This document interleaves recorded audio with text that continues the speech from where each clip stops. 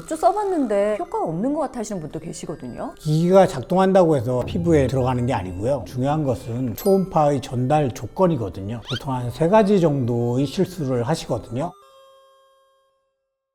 여러분 안녕하세요. 피부의 정석 이은영입니다. 안녕하세요. 피부를 위해서 초음파를 연구하고 있는 박 박사입니다. 근데 박사님 요즘 초음파 기기 홈케어로 많이 쓰고 계시잖아요. 근데 많은 분들이 써보니까 너무 예뻐졌어요 하시는 분들이 계신데, 또 어떤 분들은 이렇게 몇 주 써봤는데 별로 이렇게 도움이 안 되는 것 같아, 효과가 없는 것 같아 하시는 분도 계시거든요. 왜 그래요? 그런 분들이 상당히 많은데요. 초음파 홈케어 디바이스는 기기가 작동한다고 해서 헤드에서 발생한 초음파가 피부에 들어가는 게 아니고요. 초음파 디바이스에서 가장 중요한 것은 초음파의 전달 조건이거든요. 화장품 때문인가? 이렇게 생각하시는 분들이 많으신데, 화장품이 문제인 경우도 가끔은 있는데요. 대부분의 경우는 이제 사용 방법에 관한 거고요. 초보자들이 초음파 디바이스를 사용하실 때 보통 한 3가지 정도의 실수를 하시거든요. 그래서 이제 오늘은 단순히 이렇게 하세요가 아니라 어떤 원리로 이런 효과가 줄어드는지 쉽게 풀어드리겠습니다.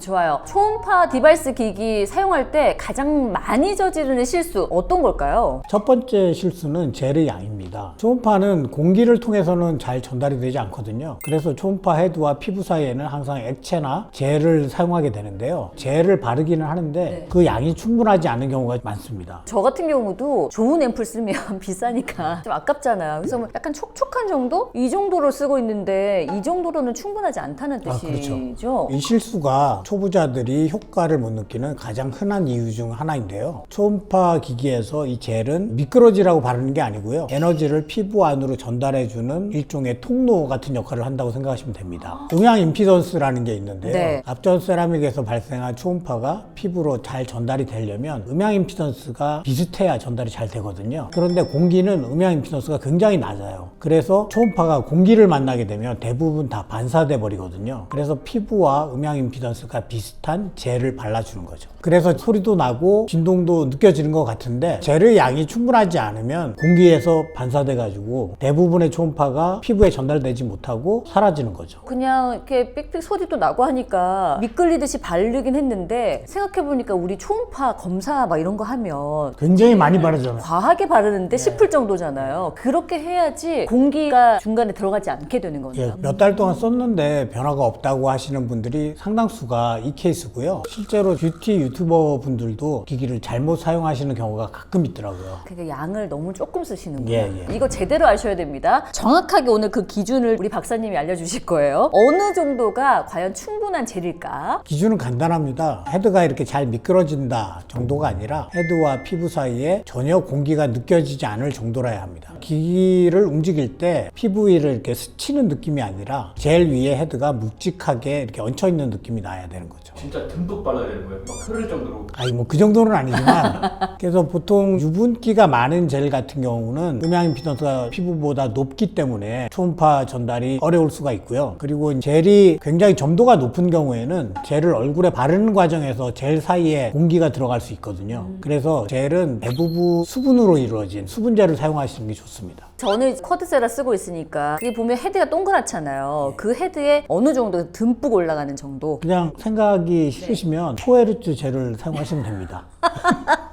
자, 초음파 기기를 쓸 때 가장 많이 하는 실수 두 번째입니다. 어떤 실수를 많이 할까요? 두 번째 실수는 바로 기기 각도입니다. 초보자분들이 제일 다음으로 가장 많이 놓치는 부분인데요. 집속 초음파는 기기가 닿아 있기만 하면 되는 게 아니라 정면으로 피부와 밀착이 되어 있어야 전달이 되거든요. 헤드가 살짝만 기울어져도 초음파 에너지가 피부에 전달되기 어렵습니다. 몇차 초음파 기기는 헤드의 평평한 면 안쪽에 앞전 세라믹이 붙어 있고요. 앞전 세라믹에서 발생한 진동이 헤드의 평평한 면을 통해서 피부에 전달이 되거든요. 그런데 평평한 면이 아니라 둥근 면이 피부에 접촉이 되어 있으면 공기에서 이제 반사가 돼서 피부에 전달이 안 되는 거죠. 저는 그냥 자면서 소파에 앉아서 이렇게 하거든요. 이 각도를 정확하게 생각해 본 적이 없었던 것 같아요. 초음파 기기는 무조건 평평한 면이 피부에 접촉이 돼야 되고요. 특히 집속 초음파 기기의 경우에도 헤드에 있는 검정색 부분, 폴리미드 필름이 피부에 정확하게 접촉이 되어야 됩니다. 특히 턱선, 광대 아래, 얼굴 굴곡 부위에서 손목이 꺾이면서 각도가 틀어지는 경우가 정말 많은데요. 그럴 경우에 초음파가 피부에 전달되지 못하고 뉴요샷이 되지 않는 거죠. 이게 정확하게 딱 밀착이 돼야 집속 초음파가 제대로 들어오는 거군요. 그러니까 집속 초음파, 교차 초음파 다 똑같은 거죠. 헤드가 피부에 정확하게 밀착이 되어 있어야 됩니다. 집속 초음파 같은 경우는 느낌은 나는데 유효샷이 안 되는 경우가 있는데요. 어떤 경우냐면 카트리지 안에는 이제 물이 들어있거든요. 그런데 이제 그 물은 앞전 세라믹에서 발생한 초음파를 전달하는 역할을 하는데 그 물 사이에 또 공기방울이 들어있거나 그러면 유효샷이 되지 않는 거죠. 그래서 PI 필름이 하늘을 보게 해서 쏠 경우에 물방울이 튀는 게 보이기는 하지만 실제 이 기기가 내고 있는 전체 에너지가 피부로 전달이 될 수는 없는 거죠. 왜냐하면 카트리지 안에 물을 100% 채울 수 없기 때문에 필름이 하늘을 보게 해놓으면 앞전 세라믹과 필름 사이에 공기층이 생길 수밖에 없거든요. 그러면 전달하려고 하는 에너지 100%를 전달하지는 못하고 일부만 전달이 되는 거죠. 그래서 집속 초음파 기기의 경우에 각도에 따라서 샷이 안 나오게 설정을 해놓거든요. 이유가 다 있는 겁니다. 그러니까 시간을 오래 들여서 한다고 해도 각도가 안 맞으면 제대로 했다고 볼 수가 없는 거네요. 그러니까 밀착을 시켜야 되고 또 밀착을 시켰다 하더라도 세라믹 앞쪽에 공기방울이 찰 수 있기 때문에 특정 각도에서는 못 쓰게 하는 거죠. 자, 초음파 기기 사용할 때 흔히 저지르는 실수 세 번째 어떤 실수일까요? 세 번째 실수는 바로 속도입니다. 너무 빠르게 움직이면 초음파 에너지가 쌓이지 않기 때문에 효과가 떨어질 수 있습니다. 근데 저는 빨리 하면 많이 들어갈 것 같아서 괜히 더 빨리 움직이고 그랬거든요. 사실 그게 효과가 없을 수도 있는 건가요? 홈케어 디바이스 중에 특히 하이프는 집속 초음파잖아요. 네네. 초음파를 집속하는 시간이 필요해요. 돋보기로 햇빛을 모아서 종이를 태우려면 일정 시간 동안 그 햇빛을 모아야 되잖아요. 맞아요. 그래서 피부 안쪽에 콜라겐 변성 유도를 하려면 결국에 온도를 올려야 되는데 온도를 올리려면 초음파를 집속하는 시간이 필요하거든요. 그런데 그 집속하는 시간 동안 기다리지 않고 너무 빨리 기기를 움직이게 되면 우리가 원하는 온도까지 올릴 수가 없는 거죠. 만일 그런 경우들이 아마 많으실 것 같은데 이렇게 되면 어떤 일이 발생할 수 있을까요? 효과가 떨어지겠죠.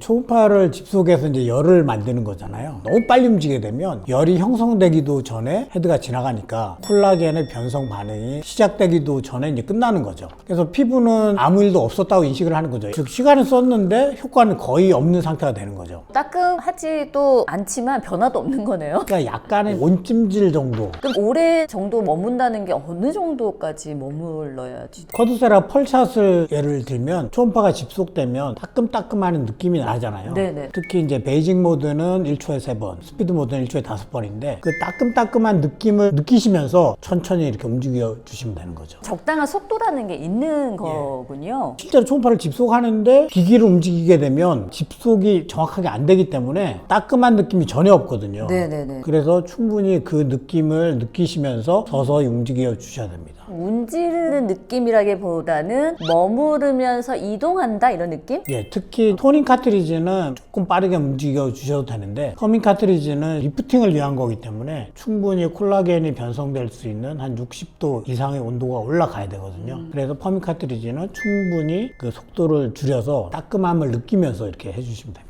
네, 알겠습니다. 그러니까 여러분 스치듯 지나가시면 안 돼요. 아무 소용 없습니다. 그냥 조금씩은 기다려주면서 그걸 확실히 느끼고 가셔야 된다. 맞죠? 속도가 빨라질수록 에너지는 쌓이지 않고 이제 흩어지는 거거든요. 그래서 천천히 일정하게 반응할 시간을 주는 것. 이게 이제 홈케어, 특히 집속 초음파 기기에서는 정말 중요한 것입니다. 홈케어 초음파 관리는 비싼 기기를 쓰느냐보다 제대로 쓰느냐가 핵심입니다. 그래서 디바이스 기기를 쓰시기 위해서 이 세 가지를 꼭 지켜주셔야 되는데요. 박사님? 첫 번째는 젤을 충분히 사용을 하시고요. 두 번째는 기기가 피부에 정면으로 밀착이 되도록 사용을 해주셔야 되고요. 그리고 마지막으로는 너무 빠른 속도로 디바이스를 움직이지 않도록 해야 합니다. 좋습니다. 지금까지 이거 기기를 썼는데 효과가 없네 라고 생각하셔서 안 쓰셨던 분들이 계신다면 오늘 이 세 가지 반드시 지켜보시기 바랍니다. 댓글로 다양한 질문들 넣어주시면 우리 박사님이 아주 친절하게 답변을 드리도록 할게요. 자, 오늘 영상 도움이 되셨다면 좋아요, 댓글, 구독, 알림 설정 부탁드립니다. 네, 여러분 다음 시간에 또 뵙겠습니다. 안녕.